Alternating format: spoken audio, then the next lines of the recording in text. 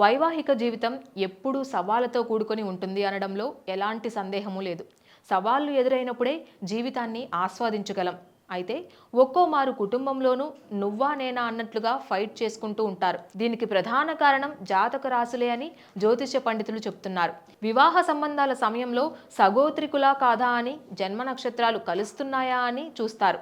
రాశుల గురించి పెద్దగా పట్టించుకోరు. అయితే ఒకే రాశికి చెందిన ఇద్దరు ఒక్కోసారి వివాహం చేసుకోవాల్సి వస్తుంది. ఆ సమయంలో ఆ రాశుల ప్రభావం ఆ భార్యాభర్తలపై తప్పకుండా పడుతుంది. భార్యాభర్తలు ఒకే రాశికి చెందిన వారైతే వారి ఇష్టాయిష్టాలు, వారి వైఖరి ఇంచుమించుగా ఒకేలా ఉంటాయి. ఇలా ఉండడం వైవాహిక జీవితానికి మంచిదని పండితులు చెప్తున్నారు. ఇద్దరి ఆలోచనలు ఒకేలా ఉంటాయని కూడా పండితులు చెబుతుంటారు. అయితే కొన్నిసార్లు ఒకే రాశిలో ఉండడం వలన సవాళ్లను కూడా ఎదుర్కోవాల్సి వస్తుంది. ఇద్దరి మధ్య నువ్వా నేనా అన్నట్లుగా వాదనలు జరిగే అవకాశాలు కూడా ఉంటాయి. రాశిలో నాయకత్వ లక్షణాలుంటే ఇద్దరి మధ్య నాయకత్వం పోటీ ఏర్పడుతోంది. ఇది సంసారంపై ప్రభావం చూపుతోంది. ఒకరి లోపాలను మరొకరు ఎత్తి చూపుకుంటూ ఉంటారు. ఇది విమర్శలకు దారితీసే అవకాశం కూడా ఉంది. సమతుల్యత లోపిస్తోంది. ఇద్దరు శక్తివంతులైతే విభేదాలకు దారి తీయవచ్చు. మార్పును కోరుకునేవారైతే సంసారంలో చిక్కులు తప్పవు.